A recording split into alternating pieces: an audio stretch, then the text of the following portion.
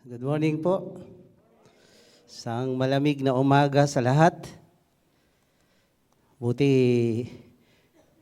hindi kayo natali ng inyong higaan. Sarap po matulog eh. Okay, anong koneksyon ng kanilang kinanta sa ating topic? Ano ba topic natin last Sunday? Okay, the Amalek Spirit. Ang demonyo po, naalala ko sabi ng tatay ko, mas marami pa sila sa buhangin sa karagatan. Alam niyo yon? Ganon karami ang demonyo? Ilang bilyon kaya ang buhangin sa karagatan? So hindi natin mabilang. So itong mga demonyong ito, meron silang pangalan. Hindi sila demons with no name. May pangalan sila. Kaya nga pag si Jesus nag-cast out ng mga demonyo, minsan sasabihin niya, ikaw demonyo ng pagkabulag, demonyo ng pagkapipi, lumayas ka, and then pag lumayas yung demonyo, yung pipi nakakapagsalita. So iba't ibang klaseng demonyo. May demonyong ng magnanakaw, demonyo ng chismoso, chismosa, demonyo ng kabaklaan at kung ano-ano pa. So pag hindi mo na direct, specifically, ang pangalan ng demonyo, malamang di yan naalis. Yung isang na demon possessed sa Book of Luke, kinadinahan na. Tapos nung dumating si Jesus, tinanong ni Jesus anong pangalan. Ano pong pangalan? Nabasa niyo po ba yan? So ano po yung nabasa niyo doon? Ano daw pangalan ng demonyo? Ano pangalan? Legion. Yon. Bakit daw Legion? Kasi madami sila. So bawat demonyo o bawat grupo ng demonyo, meron pong mga pangalan. May mga pangalan po yan. Kaya dito, inaaral natin, hindi naman exhaustive na lahat ng demonyo, aralin natin. Hindi naman natin kailangan kilalanin yung ilang bilyon na demonyong yan. Yun lang na i-encounter natin from time to time, naaral natin yung spirito ni Jezebel, di ba? Ano po yung Jezebel? Spirit. Witchcraft, controlling. Okay? And then, yung spirit ni Ahab. Si Ahab naman, ito yung connivance ng controlling spirit. Laging riding in tandem yan dalawa. Pag may Ahab, may Jezebel. Pag may Jezebel, may Ahab. So, hindi yan naghihiwalay yung dalawang yan. Kaya, iniisa-isa po natin kung ano lang yung mga na-encounter natin along the way. Kasi actually, hindi natin alam kung anong ma-encounter natin. Ngayon, pag may na-encounter tayo, at saka lang natin inaaral. So, na-encounter po natin itong si Amalek. Okay? Dito po tayo nag-ending. Itutuloy po natin ngayon. Let's bow our head. Let's pray. Lord, salamat po sa mga salita mo na aming pag-aaralan ngayon. Pagpalain mo to. Bigyan mo ng kalinawan ng aming isip at puso. Lukuban mo kami ng presensya mo. Palibutan mo kami sa iyong mga anghel that no works of the evil one, no works of the enemy can disturb us sa gathering na to, sa worship na to. At hayaan mo, bawat salita mo, Lord, magkaroon ng relevance sa buhay namin. Magamit namin ito. Mapakinabangan namin. Salamat, Lord. Be with us. In Jesus' name. Amen. Amen. Palakpakan natin si Lord. So, nagtapos tayo last Sunday. Sino si Amalek? So, si Amalek po ay anak ni Iso, apo ni Iso, na si Iso, ang pangalan niya ay Edom. So, Iso, Edom, isang tao. Si Amalek, apo ni Iso. Pag binasa niyo sa mga history, Edomites, sila din yun. So, dito sa Genesis 36, 9-12, nakita niyo yung mga nakaguhit diyan. Iso, the father of Edomites. Yung Iso, Balbon. Kasi kambal sila ni Jacob. Naalala niyo yung topic? Kambal sila, naunang lumabas si Iso, na Balbon. Tapos mapula-pula yung kutis niya, yung balahibo niya. Ngayon, kumain siya ng red na beans na kinuha yung birthright, pinagpalit, kaya tinawag din siyang red. Ibig sabihin ng Edomites, red. Edom is red. At nakita din natin yung sa Jordan, yung tinirahan nila, yung Wadi Ram, kilala yon sa pangalang Wadi Ram, doon ang mga shooting ng Star Wars, movies at kung ano-ano pa. Kulay pula po yung mga bato doon. So red din, red. Ngayon, pagdating doon sa baba, sa verse 12, Timnah was a concubine of Eliphaz, yung anak ni Iso, may kabit. At mula doon sa kabit na yon, doon nagkaroon sila ng anak na ang pangalan ay Amalek. So, dito nagsimula yung tribo ni Amalek. At inaral din natin, ano si Amalek? Anong klaseng spirit ito? So malalaman mo yung spirito ng demonyo, depende sa kanya ginagawa. Spirito ng pagkabulag, di binulag niya yung sinapian niya. Spirito ng kayabangan, di nagyabang yung kanyang sinapian. So depende kung ano yung manifestation sa buhay ng tao, doon mo malalaman kung anong klaseng spirit ito. So si Amalek, nakita natin sa Exodus 17, nilusob ng Amalek ang mga Israelita nang hindi naman nakikipag-away sa kanila. Unprovoked attack. Hindi ka naman inaaway, pero inaway mo. May kilala kayong ganon? Paano mo ka inaaway? Inano ba kita?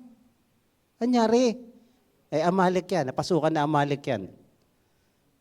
May kilala kayong ganon? Wala naman, di ba? Yung bigla ka na lang aawayin, walang abog-abog. Ba't ka nang aaway? Wala. Wala, buti naman. Walang ganun dito.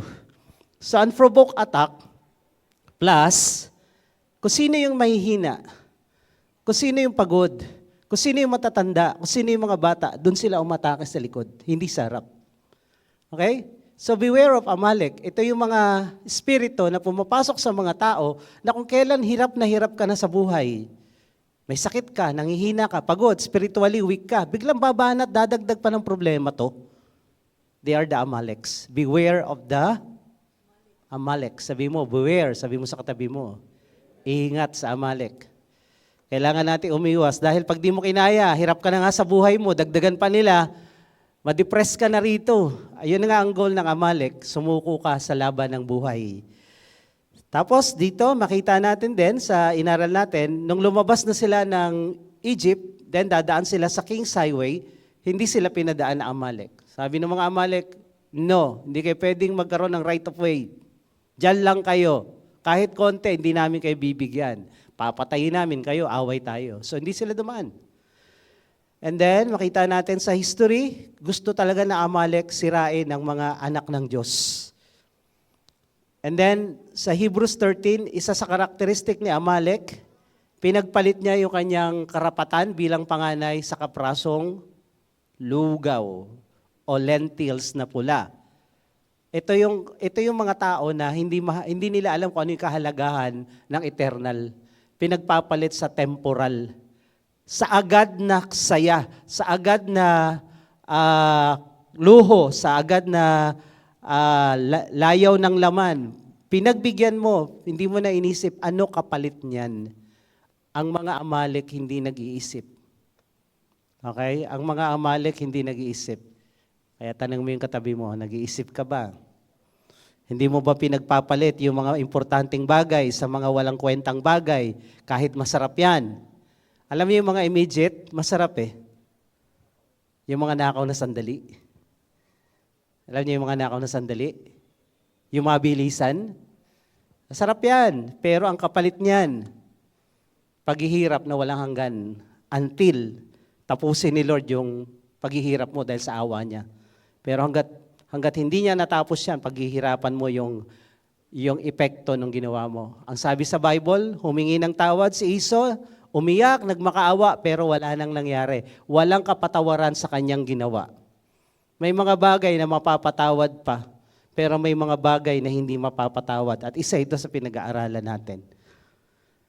And sa dulo, merong tawag sa Amalek, ito yung anger, yung bitterness, ito yung unforgiving spirit. Kaya tatandaan nyo ito, itong si Amalek, gumagamit ng tao, no? Okay na lang sana na hindi nakatulong sa iyo yung tao. Pero yung hindi na nga nakatulong, nagdagdag pa ng problema mo, Amalek yun.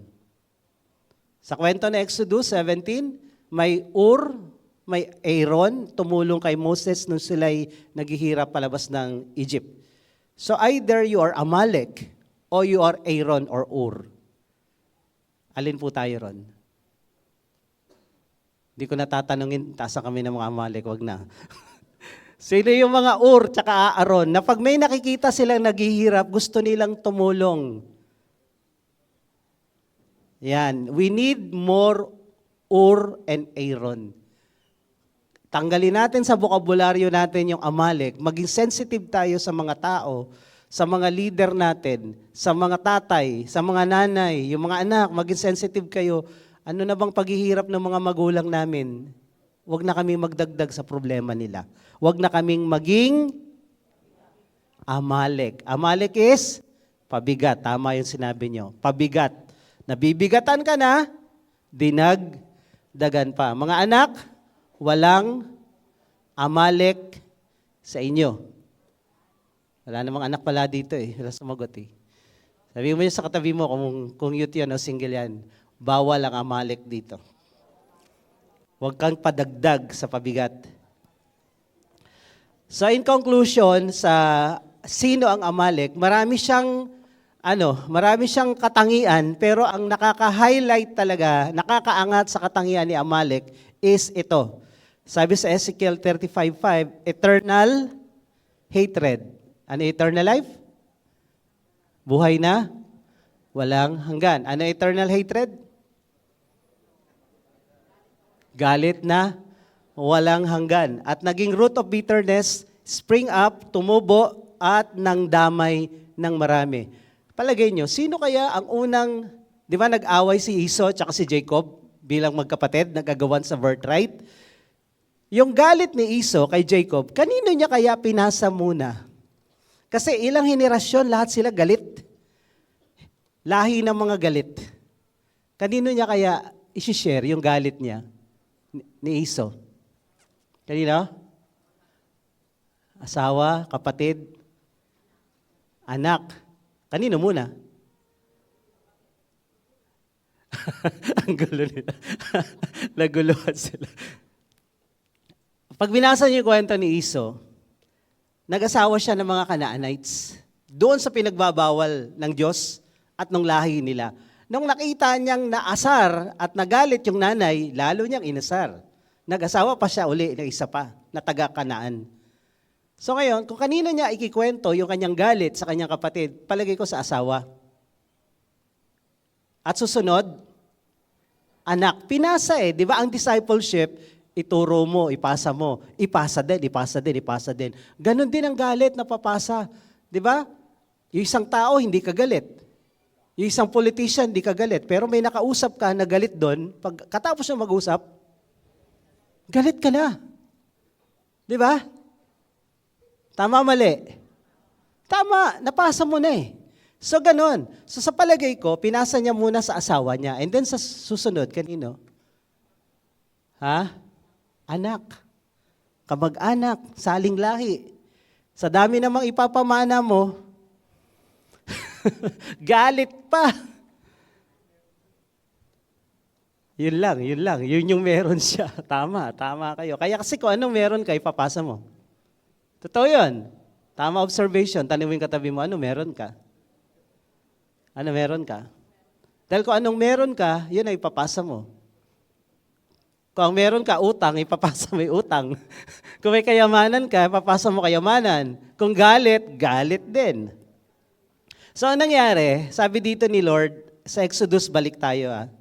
The Amalek came and fought with Israel, patraydor. Then, sabi ni Lord ito, the Lord will have war with Amalek from generation to generation. Sino makikipag-away sa Amalek? Si Lord mismo. Grabe, no? Ito sa mga isang sitwasyon sa Biblia na si Lord napikon. Pag si Lord napikon sa'yo, wala ka nang tatakbuhan. Tandaan niyo to. Pag si Lord pinikon mo, saan ka tatakbo? Sa hirap ng buhay natin, sa dami ng laban natin, si Lord yung kanlungan natin, si Lord yung protection natin. Si Lord ang kinatalo mo. Saan ka pupunta? Kaya nga sabi ni Pedro, Lord, kasi tinanong ni Jesus si Pedro, dahil nag-alisa niya ibang disciple, sabi ni Jesus, kayo rin ba aalis? Sabi ni Pedro, Lord, kung aalis kami sa iyo, saan kami pupunta? Wala kaming pupuntahan, iniwan na namin lahat, pati yung bangka So imagine niyo to, si Lord kinalaban ni Amalek, saan pupunta si Amalek? Wala na. Kaya may mga tao, may mga bansa na hindi pinatawad ng Diyos, isa sila, mamaya pupunta tayo doon. So, from generation to generation, si Lord mismo, kaaway ang Amalek. Let's see. Hindi natin ito nabigyan ng detalye nung nakaraang Sunday. So, 1446 BC, nilusob ni Amalek ang mga Israelite paglabas ng Egypt, Exodus 17. 1010 BC, inutusan ni Lord si Saul, ubusin ang Amalek. Dito muna tayo, 1 Samuel 15:20. Itong sabi ni Lord kay Propeta Samuel, sabihin mo kay Saul, ubusin ang Amalek, walang ititira. Bata, matanda, babae at lalaki. Ba't ganun ang utos? Ba't ganun ang utos? Kasi, masaya ba si Lord sa Amalek sa ginawa nila? Hindi. Galit na galit si Lord sa Amalek. Dahil sa kanilang pagtatraidor, sa kanilang pagdadagdag ng pahirap sa mga Israelita nung sila'y naghihirap na, dinagdagan pa nila, galit na galit si Lord sa Amalek.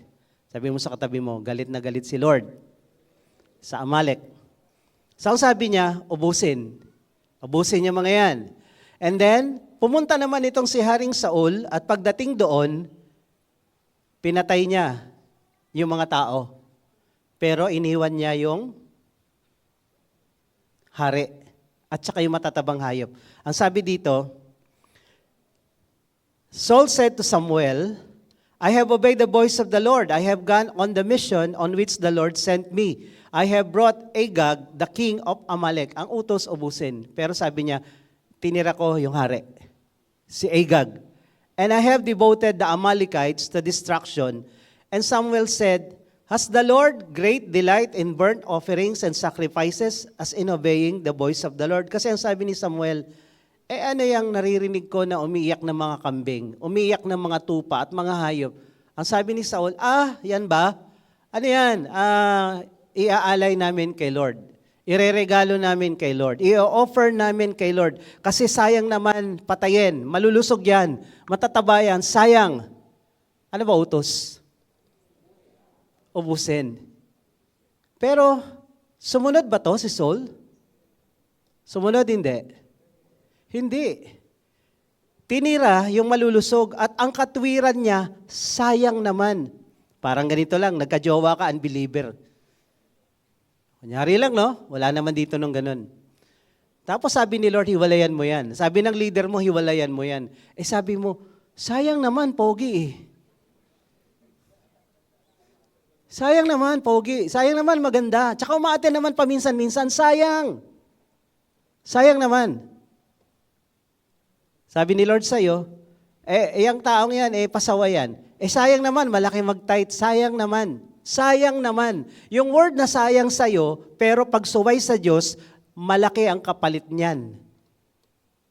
Huwag kang manghihinayang sa mga bagay na inutos ni Lord na tanggalin mo. Huwag kang manghihinayang. Pag sinabi ni Lord, tanggalin, burahin, alisin, alisin mo. Sabi mo sa katabi mo, alisin mo. Huwag kang manghihinayang. Pag sinabi ni Lord, putulin mo yung kanang kamay, sayang naman. Sayang naman. Bakit ba kung hindi mo susundin si Lord? Ang sabi ni Lord dito kay Samuel, and then pinasa kay Saul, ano ba, nalulugod ba ang Diyos sa suhol mo? Sa tithes and offering mo? Sa paglilingkod mo? Sa pagpapakahirap mo sa church, sa ministry? Yung sakripisyo mo ba, mas gusto ni Lord yan kaysa sumunod ka? Anong gusto ni Lord? Obedience is better than sacrifice.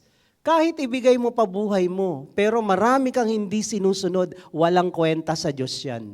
Dahil ang kailangan ni Lord, hindi yung pera mo, hindi yung paglilingkod mo, yung puso mo muna, ayusin mo. Kahit magpakamatay ka dito, maglingkod ka, umaga, hapon, lahat ng ministry, pasukan mo at huwag ka nang matulog, namatay ka, hindi mo pa rin naluwalhati ang Diyos. Dahil ang puso mo hindi ayos. Puso ang tinitingnan ng Diyos. Kaya sabi ni Lord kay David, Puso ang tinitingnan ko, hindi panlabas. Tao tumitingin sa panlabas. Yun ang sukatan, pero ang Diyos puso. Yung mga bagay na hindi natin nakikita ng Diyos yan. So ang sabi dito, ang pagsunod ay mas mainam kaysa sakripisyo, kaysa alay-alay, kaysa offering, kaysa regalo. And then sabi niya dito, to listen than the fat of rams. Rebellion is sin of witchcraft. Alam niyo yung witchcraft? Nangongontrol. Gusto niya siya masunod. Manipulation, intimidation. So, pag ikaw mangkukulam, rebelde ka. Ang rebelde, mangkukulam, ang mangkukulam, rebelde. Pag ayaw mong sumunod sa leader mo, sino gusto mong masunod? Ha? Ayaw mong sundin yun na sa taas sa'yo. Ibig sabihin, ikaw ang gustong masunod. So, anong tawag sa'yo? Mangkukulam at rebelde. At ang sabi dito, stubbornness is iniquity as idolatry. Yung tigas ng ulo, inutusan ka na ayaw mo pa. Lalo na yung ilang ulit ng sinabihan. Ang sabi dito, ang kasalanan na yan ay kasalanan ng pagsamba sa Diyos-Diyosan. Sino ang Diyos-Diyosan dito? Ikaw. Ikaw na ayaw sumunod, isa kang rebulto. Pagkatapos nito, si Saul nagtayo ng rebulto. Basahin niyo yung kwento Hindi nakakapagtaka kasi yung rebulto, nasa puso at utak niya na Kaya nagtayo siya ng rebulto niya. Pagkatapos nitong ilang verse lang ang natapos dito. So ang pagsuway sa Diyos ay hindi nakukuha sa suhol. Hindi mo kayang bayaran ng Diyos. Kami nga hindi kayang bayaran si Lord pa. Hindi mo kayang bayaran si Lord. Ng paglilingkod mo, ng pagbibigay mo, hindi mo kayang bayaran si Lord. Ang kailangan ni Lord, sumunod ka sa salita niya. Sabi mo sa katabi mo, sumunod ka. So itong si Agag na hindi pinatay ni Saul, sabi dito sa Esther chapter 3 verse 10, lumipas ang halos 500 taon. 500 taon nagkita uli si Amalek at ang Israelites. Ngayon, in the form of Haman and Mordecai and Esther. Di ba? From generation to generation, mag-aaway-aaway to. Mag-aaway sila. After 500 years, less or more, nagkita na naman. At ito, ang sabi ng Bible, si Haman ay galing sa lahi ni Agag, Agagite. Lahi nung haring binuhay ni Saul. Pinatay ni Samuel si Agag, pero yung asawa niya, according to the story, nakatakas, buntis. At ilang henerasyon, yung henerasyon na yun, dumami uli. Yung kalaban ng mga Hudyo, ng Israelites, dumami uli. At nagkita na naman sila. For the second time, gusto silang ubusin. Patayin lahat ng Hudyo sa kaharian ng Persia. Buti na lang, hindi nagtagumpay dahil si Mordecai at saka si Esther ay nag-prayer and fasting. So, from generation to generation. Then punta tayo sa 1010 BC. Sabi ni Lord, ayan, umatake na naman yung Amalek, pero inubos ni David yung isang grupo lang. Kaya lang may iba pang grupo. Then pagdating sa New Testament, 6 to 4 BC hanggang New Testament, yung nagpapatay sa mga bata, lahi din ito ni Amalek. Anak din ito ni Iso. Pag binasa nyo sa history kung sino si Herodes, isa siyang Edomites. So, si Herod, na anak ni Edom, ni Iso, na lahi din ni Amalek, pinatay yung mga bata sa Jerusalem at sa Bethlehem, 2 years old pababa, ayon sa nakita ng mga wise men yung star kailan. At tinansya, binilang, 2 years lahat patayin na lalaki doon. So ganun uli, ang purpose ni Herod ay patayin si Jesus. Si Jesus yung pinaka-main goal. Lahat ng pagpatay sa mga Hudyo in the Old Testament, ang target is patayin yung darating na Messiah. Hindi na mangyari. Kumbaga, matwart yung plan na merong Savior na darating. The ultimate goal ng demonyo, yung Savior, wag dumating. Nung nakipag-asawahan yung mga fallen angels sa mga human na nagkaroon ng mga anak na Nephilim, mga giants, ang goal is to contaminate all the human DNA na wala ng Mesayang lilitaw. Lahat kampo ni Satanas. Kaya niligtas niya si Noah. So yun ang ultimate goal ng demonyo. Ngayon, hindi nagtagumpay in the Old Testament. New Testament na, Edomites pa rin. Gusto niyang patayin si Jesus. Kaya nung gabing yon, sabi ni Lord, through the angel, punta kayo na Egypt, tumakas kayo. Etong si Herod, bawal na maging hari ng Hudyo. Ayaw ng mga Hudyo yun. Karumal-dumal sa kanila na yung kalaban mo, paghaharian ka, karumal-dumal sa kanila. Kaya lang may political maneuvers, may mga bendalo na to. Ang ginawa nitong si Herodes, dumikit sa Roman Empire, nagsipsip doon sa Roman Empire, para siya ang maitalagang hari ng Galilea at na iba pang part ng Israel. So ang ginawa niya, nagdidikit doon, at nung bumagsak yung Hasmonean dynasty, ito yung lumaban sa mga Greeks between Matthew and Malakay, Greeks ang naghari dito sa kalahati. So meron din silang tinatawag na Hanukkah. Ito yung paglilinis ng temple kung saan nag-alay ng bubble si Antiochus Epiphanes, nakala nila yun yung Antichrist. So yung Hasmonean, ito yung grupo ng mga Maccabeans na lumaban sa mga Greeks, na talo nila. Hanggang time na to, bago dumating yung mga Romans, Hasmonean dynasty. Ang ginawa ni Herod, nakipag-asawa siya sa isang anak o pamangkin ng Hasmonean dynasty, and then nag-take over siya. Tapos pinaganda niya yung templo. Alam niyo yung Haggai 2, the glory of the latter temple will be greater. Ang pinakamagandang temple, yung ginawa ni Solomon, 7 years, panay ginto yung loob. Nung tinayo yun nila Haggai, ulit, yung nagibang templo, pangit. Pero nung dumating si Herod, pinalaki at pinaganda. Yung templo na dinatna ni Jesus, at ang sabi ng mga alagad, Lord, tingnan mo, ang ganda. Si Herodes ang gumawa nun. Ang purpose niya, to get the sympathy ng mga Hudyo dahil ayaw sa kanya. Idumiyan siya eh. So inasawa niya, nag-asawa siya ng isang Hudyo, galing sa dynasty na to, si Mariam. So nagkaroon siya ng asawa, may asawa na siya dati. Pero ito, pinapatay niya rin. Paborito niya ang asawa, si Mariam, pinatay niya yon dahil Hudyo.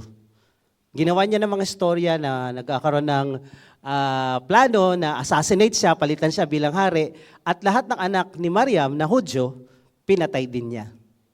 Killer to si Herod. Killer to. Lalo na killer to ng mga Hudyo. So ngayon, yung pakikipaglaban ng mga Hudyo sa Amalek, tuloy sa pamamagitan ni Herodes. So pinatay niya asawa niya, pati anak, pati biyanan, dahil lahat ito Hudyo. So ngayon yung mga Israelita na ayaw sa mga Edomites, wala silang choice. Pinagaharian sila ngayon. Nagtapos ba doon? Hindi. Mark 6:16, 18. When Herod heard of it, he said, si John ay nagwa-water baptize doon sa Jordan. Tapos si Jesus, pinahuli niya si John, pinaputulan niya ng ulo. Ngayon si Jesus, gumagawa ng himala, ang sabi nila, nabuhay si John. So ang sabi niya ganito, John whom I beheaded has been raised. For it was Herod who had sent and seized John and bound him in prison for the sake of Herodias. Ang dami niya asawa. Maliban kay Mariam, meron pang Herodias, inagaw niya asawa ng kanyang kapatid, Philip, his brother Philip's wife. Because he had married her, for John had been saying to Herod, "Is not lawful for you to have your brother's wife?" So ito po trabaho ng church eh. Magsalita ka laban sa injustice tsaka sa mga mali. Pati sa pamunuan. Kaya lang, ang kapalit, ulo mo. Pugot ulo. So, sino pumatay kay John the Baptist na pinsan ni Jesus? Herod, lahi ng Amalek, lahi ng Edomites. And then, it's Jesus' time. Luke 23:10. Hinuli na si Jesus. The chief priests and the scribes stood vehemently accusing him, and Herod with his soldiers treated him. So ito na naman si Herod. John the Baptist, Jesus, Herod pa din. Lahi pa rin ni Amalek. Yung sinabi ni Jesus ay ni God, from generation to generation, magkikipagdigma tayo sa Amalek, tuloy. Next, Acts 12. About this time, the King Herod, by the way, ibang Herod na to anak na. Herod Antipas. Maraming Herod eh. Herod the Great yung nagtayo ng temple at nagpapatay sa mga sanggol. Ito mga anak na niya. Pero Edomites pa rin. Amalek pa rin. Imagine mo yung galit pinasa sa mga anak. Huwag na huwag niyong gagawin yun ha. Huwag mo papansinin yan. Kahit mamatay, huwag kang dadalaw dyan. Yung lahi niyan, hindi natin papansinin. Naku, ilang henerasyon na to? 16 generations. Grabe. So Herod arrested some who belong to the church, intending to persecute them. Inuna niya si James, pinutulan ng ulo, the brother of John. And then nung nakita niyang masaya yung mga tao, isunod natin si Pedro. Hinuli si Pedro, kinulong, kinabukasan, gusto niyang pugutan ng ulo. Buti na lang, nag-pray yung church, nakalaya. Ngayon, itong Amalek spirit na from generation to generation ay makikipagdigma kay Lord. Asan ba si Lord? Asan si Lord ngayon? Nasa puso niyo ba si Lord? Kasi dalawa lang yan. Kung wala si Lord sa puso niyo, baka si Amalek nandyan. So, kung si Amalek ay makikipagdigma kay Lord at si Lord nasa iyo, kanino nakikipagdigma si Amalek? Kanino? Ay di sa atin. Kanino pa? Pero, ang problema is, itong si Iso, si Edom, si Amalek, di ba pinakita ko sa inyo kung saan sila nakatira? Saan sila nakatira? Diyan. Pulang bato. Yan. Ang tawag diyan ay Petra. Maraming ganyan doon sa Jordan. Ito yung Wadi Ram na sinasabi ko. Pinuntahan namin yan, kaya lang sa sobrang layo at sa sobrang init, grabe, hindi nakarating to doon sa mismong ito. Pero nandun lang kami sa mismong base nila papunta doon. So, ngayon wala nang laman yan. Wala nang tao dyan. Asan ngayon itong si Amalek? So, sabi ng Hebrews 12, siguraduhin nyo na yung puso nyo, wala si Amalek dyan. Dahil wala na yung tirahan nila, wala nang nakatira doon. Pero si Amalek buhay pa rin. Dahil ang sabi ni Lord, from generation to generation. Ngayon, ang sinabihan dito sa Hebrews ay mga Hudyo. Okay, mga Hudyo ha? At ang sabi ng writer ng Hebrews, siguraduhin nyo, no one will fail to obtain the grace of God, no root of bitterness, poison yun sa Greek, springs up and cause trouble, by it many become defiled. Siguraduhin nyo, kayong mga Hudyo, napasok na nga kayo ng Edomites ng Amalek nung naging hari si Herod, ngayon Christian na kayo, siguraduhin nyo na hindi kayo ma-penetrate ni Amalek. Christian na kayo ngayon. Na yung puso nyo ay walang bitterness. Ano yung bitterness sa Tagalog? Galit, hinanakit, puot. At ito ay tumutubo, nanganganak, at napapasa. Ang galit ay naipapasa. May mga taong sanay manggalit. Maraming ganun. Magaling manggalit. Yung mga alaskador ba? Huwag ka titingin sa katabi mo. Di yan ang tinutukoy ko. Nandun sa kabila. So itong mga to, itong spirit na to, it causes trouble. Gumagawa ng gulo. Tahimik naman pero nung ginawa mo yan, gumulo. Alam niyo yun? Maayos na sana Okay na sana tayo, pero ginawa mo yan Gumulo. It causes trouble. And by it, many become defiled. At maraming nahahawa sa gulo. Alam niyo, isa lang gumawa ng gulo? Pwedeng kumalat yan. It only takes a spark to start a revolution. Kung magaling yung gagawa. Ang sabi dito, no one is sexually immoral or unholy like Esau. So ang kausap dito, Hudyo, Christian. So wag niyong gayahin si Esau na pinagpalit sa kaprasong lugaw na pula o lentils o beans yung kanyang birthright. Ang tawag ng Bible doon, immoral.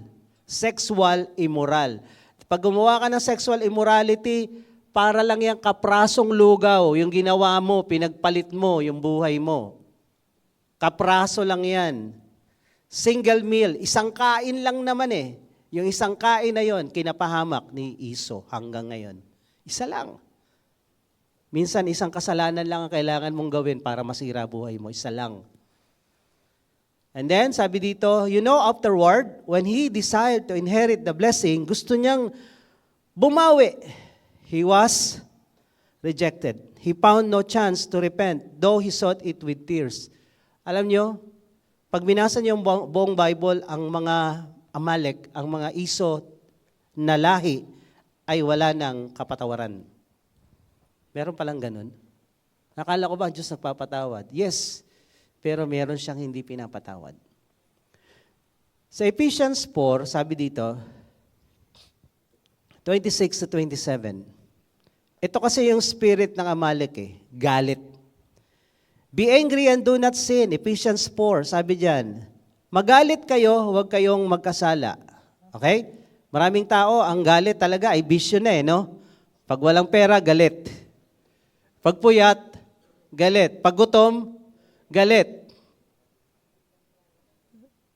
Pag hindi makasakay agad, galit. Pag umulan, galit. Pag umaraw, sakit sa ulo yung mga ganyan tao, lahat na lang galit. So sabi dito, pwede namang magalit. Huwag ka lang magkasala. Paano ka nagkakasala? Sabi dito, do not let the sun go down and on your anger and give no opportunity to the devil. Let all bitterness and wrath and anger and clamor and slander be put away from you, along with all malice. Be kind to one another, tender-hearted, forgiving one another as God in Christ forgave you. So paano ka magkakasala sa galit mo? Dahil ang sabi diyan, pwedeng magalit, pero wag kang magkasala. Pag ang galit mo ay tumagal, sabi dito, sa binasa natin kanina, do not let the sun go down on your anger. Huwag mong patagalin maghapon yung galit mo. Dahil yung galit mo, nagiging Amalek na pagdating ng hapon. Umaga ka pa galit. Hapon na, galit ka pa. Ang sabi diyan, huwag mong palubugan. Nagtatransform na si anger into Amalek. Okay? At si Amalek hindi mapapatawad ni Lord. Si Amalek ay demonic. Kaya ang sabi dito, do not give opportunity to the devil. Pag ikaw galit at nagkasala ka na, yung word na opportunity sa Greek ay space, room, license.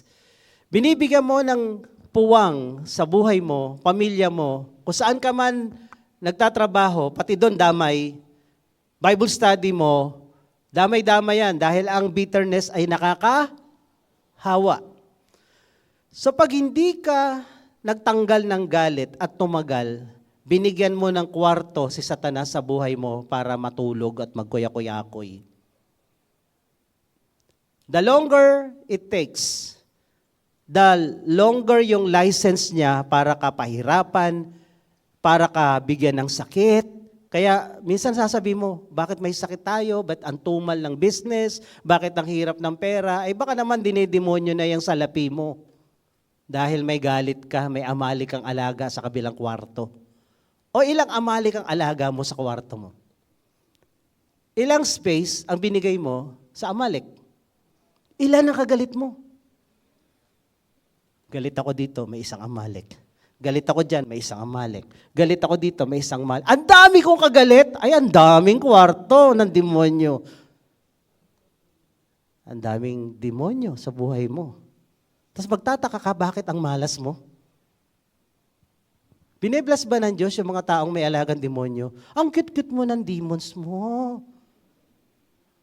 Parang Pokemon lang, pinagulong mo. Pero hindi pala Pokemon, demonyo pala yung alaga mo. So ang galit ay nagbibigay ng lisensya sa demonyo para kaguluhin, sirain, pahirapin, bigyan ng sakit. Tanong, ilan ang kagalit mo ngayon?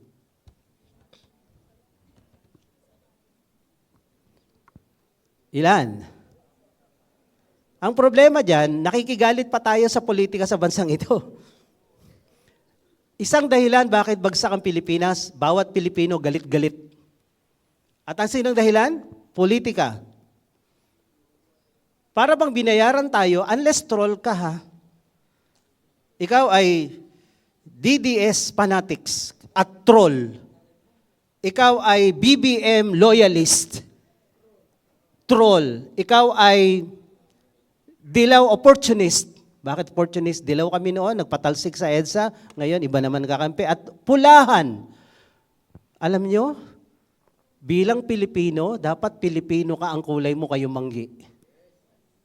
Hindi pula, hindi green. Hindi dilaw, hindi pink. At isa lang ang loyalty natin kay Jesus lang. Dahil ang tao mabibigo at magkakamali. Kaya sino pang iboto mo, akala mo ang galing, pag naupo na, iba na naman, o di bigo ka na naman, sisi ka. Si Lord tayo bibiguin. Ang pinaglalaban natin is righteousness, truth, and justice. Yan ang sabi ng Bible. Ang pundasyon ng kapangyarihan at gobyerno ng Diyos, righteousness, truth, and justice. Kung sino nandito, kakampihan natin, susuportahan natin. Pero kahit sino pa, mali, hindi. Ngayon, nakikigalit tayo kung kani-kaninong politiko, tapos naghihirap ka, alay, sino may kasalanan? Ikaw. Yung isa, panatiko dito, bubuyuin ka, galit ka na rin. Tapos manunood ka ng mga vlog nila, TikTok, yung nakakaasar. Sabi ko, huwag niyo panoorin yung nakakaasar, ginagalit lang kayo niyan. Parang, sino nananalo sa Pilipinas? Hindi rin politiko ang nananalo si Satanas. Dahil every Pilipino na nagkakagalit-galit, pag tinignan mo yung Facebook, halos magkamag-anak nagmumurahan. Magkaiba ng pananaw Bakit hindi ka tumayo sa katotohanan kung sino yung gusto ni Lord at si Lord ay paglaban mo? Diba? Hindi naman masama na mag-post. Hindi naman masama na magsalita. Dapat lang. Pero siguraduhin mo hindi ka galit. Sabi sa katabi mo, hindi ka galit. Na inaaway mo, hindi mo nga alam takbo ng buhay. Walang ginawa yan. Bakit? Katabi mo ba yan araw at gabi? Nandiyan ka ba?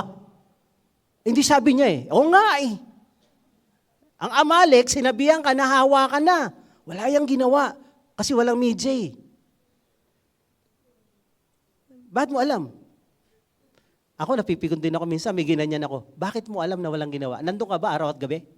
Kilala ko yan Alam ko yan Ginanon ko, napikon ako Nagsisi naman ako pagkatapos.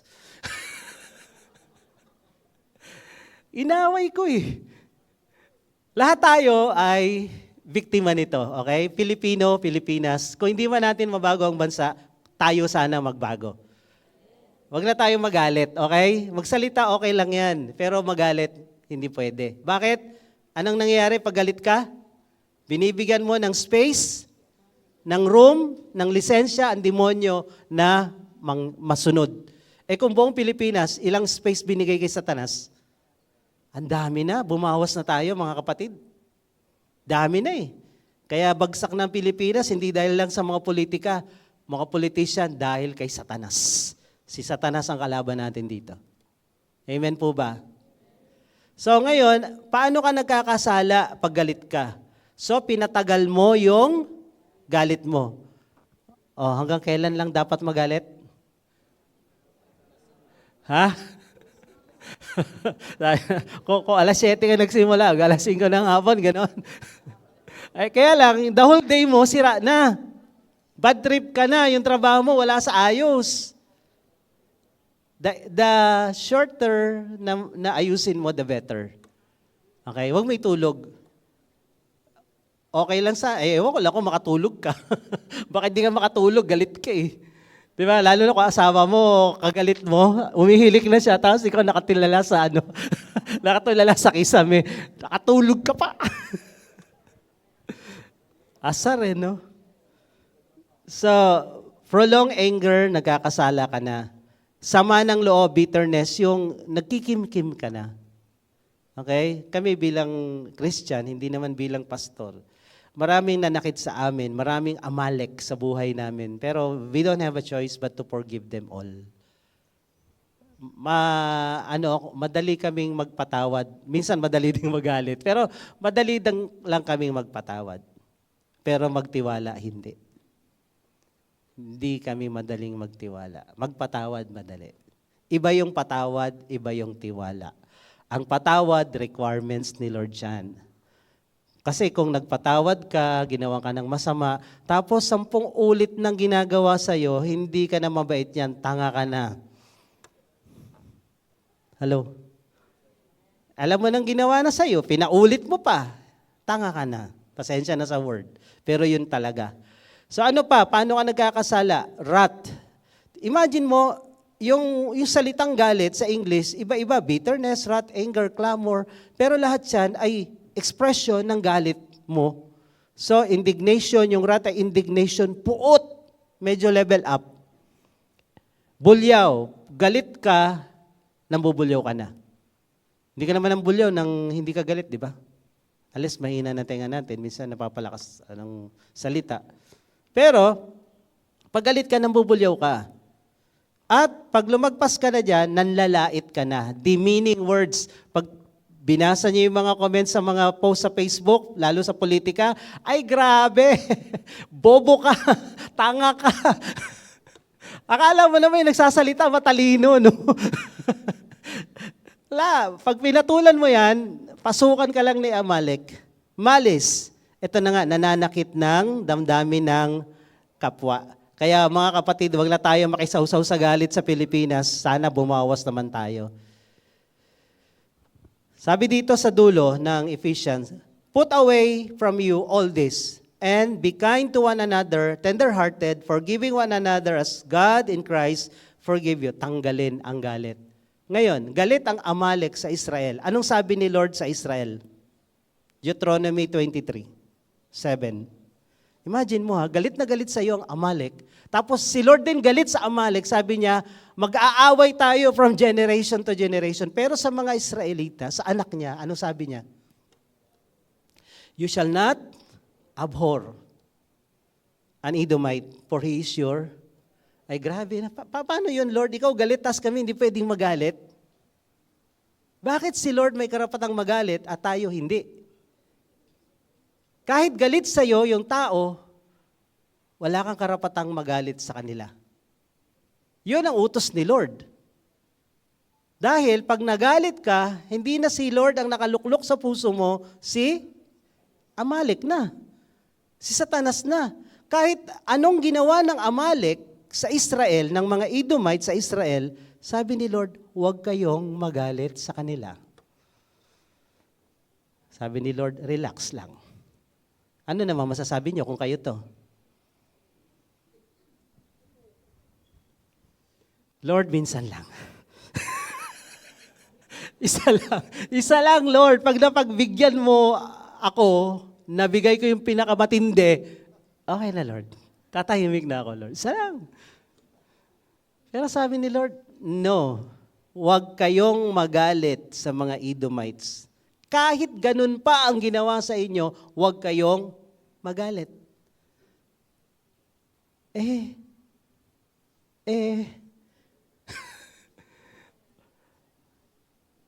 Ito kasi yan If Amalek cannot destroy us from the outside, inaatake tayo, he will destroy us from the inside. Alam niyo naman, mas matindi yung inside job kaysa outside job. Pag na-inside job tayo ni Amalek, yari tayo. Dahil puno na tayo ng kademonyohan. Yung space para kay Lord, si Amalek na, si Satanas na yun nandoon. So don't give space. Andaling magalit, alam nyo? Andali. Sanay na sanay ang Pinoy dyan. Lalo na sa politika, nako. Kaya yung mga aktibo sa social media, ilang demonyo, ilang Amalek na alaga nyo. Tapos magtatanong kayo, ba't kami may sakit? Ba't ang hirap ng buhay namin? Ba't parang malas kami? Dahil ang galit, sabi ng Bible, ay murder. 1 John 3:15, everyone who hates his brother is a murderer. And you know that no murderer has eternal life abiding in him. Kung galit ka sa kapatid mo, ikaw ay isang mamamatay tao at sabi ng Revelation 21:8, sa impyerno ka pupunta. So hindi ka lang titirahan ng demonyo pag may galit ka. Ikaw ay kasama na ni Satanas sa impyerno mapupunta pag kinamatayan mo yung galit mo. At alam niyo po ba, na lahat ng serial killer pumatay dahil sa galit. Yung sa Tacloban, bakit sila namaril? Hindi ba galit sila dahil binuli daw sila? Pero pag tiningnan mo yung background, walang pamilya to. Inaral ko lahat ng mga serial killer. Galing lahat sila sa dysfunctional family. Ang mga serial killer. Plus, kadalasan ng serial killer galit sa nanay. Napanood niyo sa Netflix yung Trap? Yung Trap? Galit siya sa nanay niya. Killer siya. Tapos tiningnan ko, yung mga sikat na killer, galit sa nanay. Alam niyo kung bakit? Pag malupit ang nanay, supposed to be ang nanay kasi kayo yung gentle eh. Kayo yung kind. Si tatay strong. Si tatay tough. Si nanay dapat malambot. Eh pag yung nanay matigas pa din, hindi niya natutunan yung feminine side. Kasi ang paglaki ng bata, may masculine side sa tatay galing, may feminine side sa nanay galing. Kaya nagulat ako, pambihira. Karamihan ng serial killer galit sa nanay. At alam niyo ito, the more na mas malapit yung kinagagalitan mo, the more na mas strong yung demonyo sa'yo. Kung galit ka sa kapatid mo, murder na. Eh kung galit ka sa tatay at nanay mo, mas malalang demonyo ang papasok sa'yo pag ang kinagagalitan mo ay yung mga taong close sa'yo. Kung galit ka sa politician, may demonyo. Pero hindi ganun siguro kalakas. Kasi hindi mo naman kasama sa bahay yung politician na yan eh. Pero nanay mo galit ka? Tatay mo galit ka? Kapatid mo galit ka? Ay nako, matinding demonyo yung nakatira sa'yo. Kaya nga dumating sa punto na pumapatay sila dahil yung galit pa lang, sabi ni Jesus, murder na yan. Pag ikaw galit, kaya mong gawin kahit ano. Kaya mo sirain yung relationship. Magkaibigan kayo, magka-Bible study kayo, magka-church kayo, magka-trabaho kayo, kaya mo sirain yan pag galit ka. Dahil pag galit ka, hindi na gumagana utak mo, emosyon mo na. Hello? The closer yung taong kinagagalitan mo, mas grabe yung demonyong titira sa iyo. Kaya kung bawal magalit sa politician, mas lalong bawal magalit sa kapamilya mo. Spiritual at physical. May tao pa ba? Umalis na lahat sila. Tahimik eh. Sabi mo sa tabi mo, bawal magalit. Bawal magkasala. Matthew 6:14 to 15. Ito yung sinasabi ko, sila lang yung bansa na hindi pinatawad ng Diyos. May ganun ba sa Bible? Totoo ba yun na hindi nagpapatawad ang Diyos? Ayan, basahin nyo. If you forgive others their trespasses, kung magpapatawad kayo sa iba, your heavenly Father will also forgive you. Kung nagpatawad ka, patatawarin ka rin ng Diyos, Ama. Pero, if you do not forgive others their trespasses, ang kanilang kasalanan hindi mo pinatawad, neither, ganun din naman, ang Diyos Ama, will your Father forgive you your trespasses? Neither, ibig sabihin hindi ka rin patatawarin. So meron sa Bible na hindi nagpapatawad ang Diyos? Meron, wala? Meron. Mark 11:25, whenever you stand praying, forgive. If you have anything against anyone, galit ako dyan eh. Di huwag ka mag-pray. Kasi hindi ka sasagutin ni Lord. Dasal ka ng dasal, galit ka kay ganito. Galit ka kay ganito. Galit ka kay BBM, galit ka sa DDS. Galit ka sa green, sa pula, sa dilaw, sa pink. Tapos dadasal ka. Huwag ka na magdasal, galit ka eh. Bakit? Ano sabi ng Bible? If you have anything against anyone, your Father also in heaven will not forgive you your trespasses. Hindi ka patatawarin. So pray ka pa. Murahin mo pa yung mga politicians. Tapos mag-pray ka. Ano sagot ni Lord? Yes or no? Maliwanag po ba? Bumawas tayo sa bigat ng bansang ito. Ginugulo ng demonyo itong Pilipinas, pinag-aaway-away, magkakapamilya, magkaka-church dahil sa politiko. Si Jesus ang ating pag-asa. Hindi sila. Tandaan nyo yan. Huwag nyo silang ipaglaban. Hindi naman nila tayo pinaglalaban. Si Lord, pinaglalaban tayo. Laban kay Amalek. The Lord will fight with Amalek from generation to generation. Pinaglalaban tayo ni Lord. Huwag natin ipaglaban yung hindi tayo pinaglalaban. Sa Beatitudes, sa Matthew 5, ang tawag dito Beatitudes. Pero tinatawag ding Beatitudes for Christian. So ang sabi ni Jesus ganito, narinig ninyo, sinabi sa lumang tipan, huwag kang papatay. Whoever murders will be liable to judgment. Parurusahan ng papatay. Pero sinasabi ko sa inyo, Alam niyo ba, mas mahirap ang New Testament kaysa Old? Sabi niya, but I say to you, everyone who is angry with his brother will be liable to judgment. Hindi mo kailangan pumatay para maparusahan. Magalit ka lang. Because hate is murder. Ang magalit ay pagpatay. Ang sino mang magalit sa kanyang kapatid ay mamamatay tao. Sige, sabi mo sa katabi mo, magalit ka pa. Galit pa more.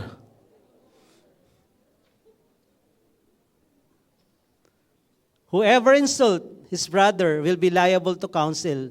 And whoever says, you fool, raka, sa Tagalog, sa ibang version, ulul. Eh yun, biruan lang yan eh. Biruan lang yan ng mga kabataan. Ulul ka. Sabi dito, you will go to hell. You will be liable to hell of fire. Ba't ka sa impyerno? Nagbiruan lang kami. Biro. LOL. Matthew 5, 43 to 44. You have heard. Narinig niyo uli. You shall love your neighbor and hate your enemy. Mahalin niyo kapitbahay niyo at kamuhian niyo ang kaaway niyo. Pero ang sinasabi ko ganito, sabi ni Jesus, love your, sabi sa katabi mo, love your, sige, count your enemies. Ilan sila? Kalaban ng green, ang pula. Dilaw, pink. Kalaban ng pink, dilaw, pula, ang green. Ilan ang kaaway mo? O ngayon, ano sabi ni Jesus sa kaaway mo? Awayin pa? Magalit pa? Kaya yung Jesus way na kinanta natin kanina, hirap nilang kantahin eh. Hirap nga ako kantahin yun eh. If you curse me, I will bless you. Ay matindi doon, if you kill me. Diba? Alam niyo, ang hirap maging totoong Kristiyano. Pero marami ng Kristiyano, hindi na Kristiyano ngayon.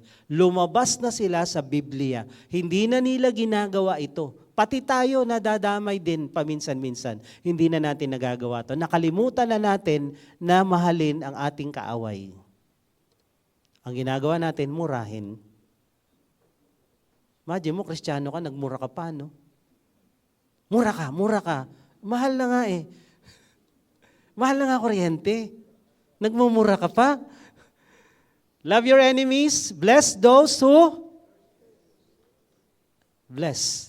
Sinumpa ka, bless. Totoo lang, guilty tayong lahat dito. Nakakalimot tayo na ang turo pala ng Bible ay ganito. Kaya ang demonyo, tuwang-tuwa sa Pilipinas, ang gulo-gulo natin. Ang gulo ng mga Pilipino. Kasama ng mga Christian dito. Do good to those who hate you and pray for those spitefully use you. Ginawan ka ng masama, gawan mo ng mabuti. Those who persecute you, that you may be sons of your Father who is in heaven. Kaya sinabihan ni Lord ang mga Israelita, huwag kayong magalit sa mga Amalek. Huwag kayong magalit sa lahi ni Esau, mahalin nyo. Bakit? So that you will be sons of your Father in heaven. Pag ito ginawa mo, anak ka ng Diyos. Pero pag kabaligtad ang ginawa mo, kanino anak ka? Kanina? Ha? Hindi ko narinig. Kaninong anak daw pag baliktad? Bingi kasi ako eh. Yawa. And lastly, sabi ni Paul, si Paul naman Romans 12:14, 17 to 21. Bless those who persecute you. I-bless nyo yung mga taong pumupugot ng ulo nyo. Tinotorture kayo. Ito literal sa Nigeria, literal sa China, literal sa Iran, literal sa India.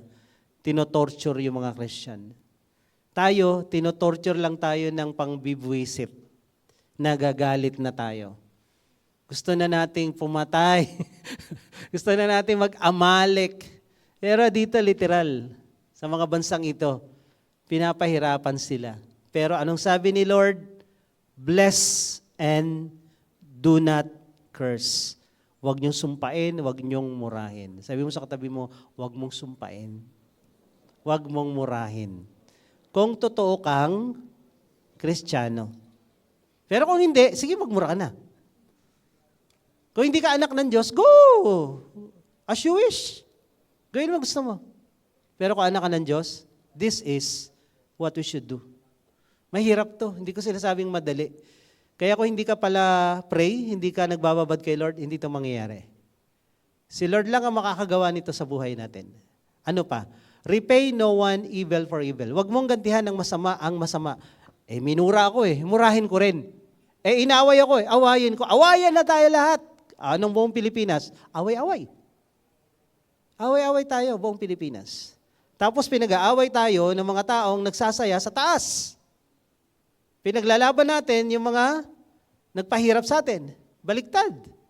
So, pay no one evil for evil, but give thought to do what is honorable in the sight of all, if possible, so far as it depends on you. Kung pwede lang, nakadepende sa iyo to, live peaceably with all men. Mamuhay ka nang wala kang kaaway. Kung sakaling awayin ka, huwag mo silang awayin. Okay? Beloved, never avenge yourself. Bakit ayaw ni Lord na makipag-away ka, gumawa ka ng masama? Dahil ang sabi niya, sinong gaganti para sa'yo? Sino gaganti? Si Lord ang gaganti sa mga gumagawa ng masama sa'yo. Si Lord ang gaganti para sa nanghahamak sa'yo. Nagsasalita ng hindi maganda sa'yo, si Lord ang gaganti. Kaya nung sabi ni Lord, I will fight Amalek from generation to generation. Hindi sinabi ni Lord, Israel, you fight. Hindi, ako mismo. I, the Lord, will fight with Amalek. Si Amalek ay simbolo ng demonyo. Ganon din ngayon, sabi ni Lord, ako ang gaganti para sa inyo. Hindi mo kailangang makipaglaban. This battle belongs to the Lord. Vengeance is mine, I will repay, says the Lord. To the contrary, if your enemy is hungry, gutom yung kaaway mo, pakainin mo, yun daw may lason. Walang ganon sa Bible. Kasi pag binato ka raw ng bato, batuhin mo ng tinapay, di ba? Kaso kasama yung bakery. O nakalagay sa garapon. So hindi ganon. Pakainin mo na walang lason, feed him. If he is thirsty, give him something to drink. Wala ring lason, ha? So by doing, you will heap burning coals on his head. Pag ginawan mo ng mabuti, yung taong gumawa ng masama sa'yo, kung may kahihiyan pa yan, kung may natitira, mapapaya yan sa sarili niya. Totoo yan. Nasubukan namin yan. Maraming tao dumating dito, they come and go, tapos gumawa ng kalokohan sa amin. And then one day magkikita kami, minsan kami pa yung babate. Nahihiya sila. Nahihiya. Na para bang, ganun. O kahapon, may water baptism. Sabi ng mga nandun doon sa Mandaluyong, kaya pastor, ang dali niyong malapitan. Kasi yung iba hindi namin nakakausap, lalo yung mga tumatayo dito. Yung mga ganun ba? So, they will know. Kaya ang sabi dito, do not overcome by evil, but overcome evil with good. Huwag kang magpatalo sa kasamaan. When you hate those who hate you, anong magiging cycle? Hate is contagious. Ikot-ikot. Yung cycle ng hate ay kakalat at ang buong Pilipinas, si Satanas na ang naghahari. Dahil lahat ng Pilipino, galit. Tingnan mo yung katabi mo. Galit ka ba? It's time to forgive. Tandaan niyo, forgiveness is not trust. Magkaiba yan. Magpatawad ka. Ang binabantayan natin yung puso natin na walang puwang si Satanas, si Amalek sa puso mo. Every hate, one Amalek. Hindi ko alam kung gaano kalaki yan. Kung gaano kalaki yan demonyo nakatira sa'yo. Kung ang dami mong kagalit sa buhay, galit ka sa mundo, patay tayo dyan. Kawawa ka naman. It's time to release those galit. Amen? Tayo. Hindi to madali. Kami nga nahihirapan dito. Sa ating lahat, hindi to madali. But we don't have a choice. Wala tayong choice. If we really want a heart na blessed, masaya, alam niyo ba, ang galit nakaka-stress? Number 1 na nakaka-stress sa buhay, yung galit. At pag na-stress ka, humihina yung immune system mo. Nasisira yung mga vital organs mo. Ako, bawal sa akin magalit. Pag ako nagalit, nagsushoot yung BP ko, yung blood pressure ko. Hindi naman yun ang dahilan kaya kailangan ko magpatawad. Sabi ni Lord eh. Pero isa yon. Pag ako nagagalit, BP ko talaga, pak, taas agad yan. Nakaka-stress magalit. At higit sa lahat, nakakapangit. Kaya, huwag na kayo magalit, okay? Kung sino man yung kinagagalitan nyo, surrender it to the Lord. Patawarin nyo na sila. Kung meron mang ginawang masama sa inyo, legit man yan, ganun pa man, forgive. Sino po yung mga first-timer na naka-attend ngayon? Taas nga po ang inyong kamay. Punta kayo dito, pag-pray ko po kayo. Tapos na tayo. Kung may mga gamit kayo, bitbitin nyo na rin. Closing prayer na po tayo. Kung merong mga first-timer, punta po kayo dito sa harapan. Baba po kayo. Ipag-pray ko kayo. Ang mga galit, maliban sa pumapangit, hindi tatanggapin sa langit. Uy, hugot yun Harap kayo dito sa akin. Sige, meron pa po ba? Ang mga galit, pumapangit, at hindi tatanggapin sa langit. Sige, hugot pastor nyo yun. Ano daw? Ang galit, pumapangit, at hindi tatanggapin sa langit. Kaya siguraduhin natin. Meron pa po ba ng mga first-timer dyan? Sige po, samahan nyo sila kung meron pa. Punta kayo dito sa harap. Meron pa? Sige, punta kayo dito sa harap. Magpe-pray ko lang kayo. Ayan. Welcome po kayo sa Juhia, sa Jesus Our Hope International Assemblies. Kami po ay Christian group na walang tinataas na religion o sekta. Si Jesus lang at ang Bible lang. At yung topic natin ngayon, pagpapatawad. Ang una kasi nagpatawad talaga si Lord. Siya yung promotor ng forgiveness After siyang bugbugin, gulpihin, sampalin, ipako sa krus, ang unang lumabas sa kanyang bibig, yung 7 last word, Ama, patawarin mo sila, hindi nila alam ang kanilang ginagawa. Siguro kung tayo yun, nasasabihin natin, lintik lang kayo pagbaba ko rito. Umanda kayo talaga. Pero si Lord, grabe no, after bugbugin, akusahan ng hindi totoo, ipako sa krus. Sabi niya, patawarin mo sila, hindi nila alam ang kanilang ginagawa. Pag tinuro ni Lord na magpatawad, ginawa niya yon, kaya niya yon. At hindi niya lang kayang patawarin ay yung hindi rin nagpapatawad. Lahat ba tayo gusto nating mapatawad ng Diyos? Hindi pinapatawad ng Diyos ang mga taong hindi nagpapatawad. Tandaan nyo yan. Binasa natin kanina. Magpatawad kayo para kayo'y patawarin din. So therefore, kung hindi ka nagpapatawad, hindi ka patatawarin ng Diyos. Kailangan natin magpatawad. We don't have any choice but one, forgive. Magtanggal ng galit, mag-unload, at mamuhay ng masaya sa mundong magulo. Okay? Mabuhay ng payapa sa mundong punong-puno ng problema. Mabuhay ng maayos sa magulong mundo. So, kailangan po natin to. Pero we cannot forgive unless si Lord na sa atin. Kaya sabi doon sa Ephesians 4, forgive as God in Christ forgive you.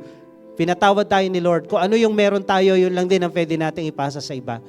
Kailangan ma-receive natin yung forgiveness ni Lord para tayo makapagbigay ng forgiveness sa iba. We cannot share something that we don't have. So, sa mga kabataan na nasa harapan ngayon, inaalok ni Lord yung forgiveness sa inyo. Gusto niyo bang tanggapin? So, yuko tayo, mag-pray tayong lahat.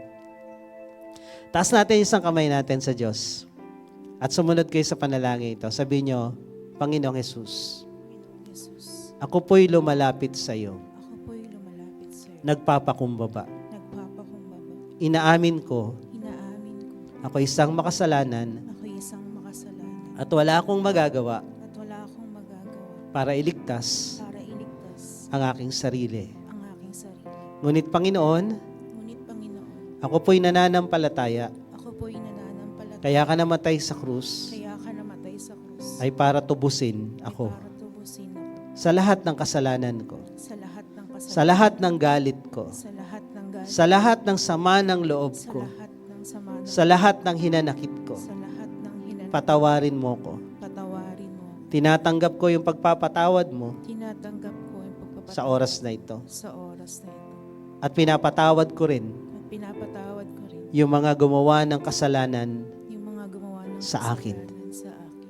Ito po ang aking dalangin Ito po ang aking dalangin sa pangalan ni Jesus. sa pangalan ni Jesus. Amen. Habang tayong lahat ay nakayukot, nakapikit, pwede nyo na ibaba inyong kamay. Patuloy tayong manalangin.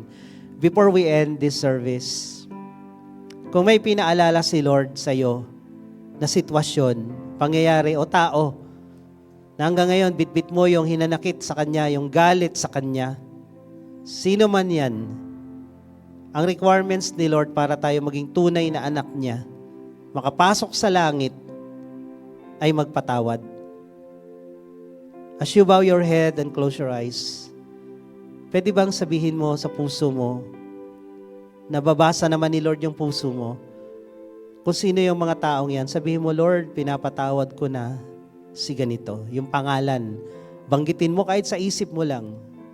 I-release mo na yan para paglabas natin dito, wala na tayong bitbit. Pwede naman tayong maging masaya sa buhay. Pwede namang maging magaan yung buhay natin kahit mabigat ang mga pasaning problema. Sige, sabihin mo kay Lord yung mga pangalan na yun, Lord, pinapatawad ko to.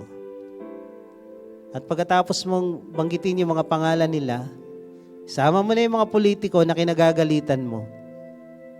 Sabihin mo kay Lord, patawarin mo ko, nagalit ako sa mga taong to. Sige, banggitin mo yung mga pangalan nila kahit sa isip mo lang, sa puso mo lang. Lord, lahat ng mga kinagagalitan naming tao, mga pangyayari sa buhay namin, sitwasyon na nangyari na hindi namin gusto. Itong mga pangalan na binabanggit namin, Lord, release us. Ito ay, bawat pangalan ay kadena na nakatali sa amin, kaya hindi kami makapag-move on. Bawat pangalan na kinagagalitan namin ay puwang para sa demonyo, sa Amalek na tumira sa buhay namin, para maging malungkot, mahirap, mabigat at stressful ang buhay namin. Lahat ito, Panginoon, binubuksan na namin ang pintuan at pinalalayas namin ang mga galit na to. Pinapaalis namin ang mga hinanakit na to, ang mga bitterness na to, itong sama ng loob na to. Legit man, may dahilan man o wala, pinapalayas namin itong mga galit na to sa puso ng bawat isa. Lumayas ka, Spirit of Amalek, in Jesus' name. Spirit of Edom and Iso and Amalek, lumayas ka sa buhay namin. Wala ka ng puwang, wala ka ng space. Ikaw, Satanas, lumayas ka. In Jesus' name. Punuin mo, Panginoon, ng pag-ibig, pagpapatawad, kapayapaan, kagalakan ang aming mga puso, ang aming buhay. Mahirap na ang buhay sa mundo. Huwag na naming dagdagan ng pahirap pa dahil sa galit sa ibang mga tao. We release forgiveness to these people. Fill our hearts with love. Sabi mo sa Romans 5:5, the agape love of God is shed abroad in our hearts by the Holy Spirit.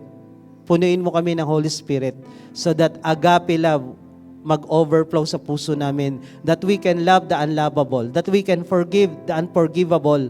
Lord, dahil ito ang gusto mo, huwag kaming magtanim ng galit kahit sa gumawa ng masama sa amin. Dahil sabi mo, vengeance belongs to you. Kaya Lord, salamat. Maging masaya tong linggong ito. Ang taong masaya, pinagpapala mo. Salamat, Lord. We give you praise in Jesus' name. Amen. Amen.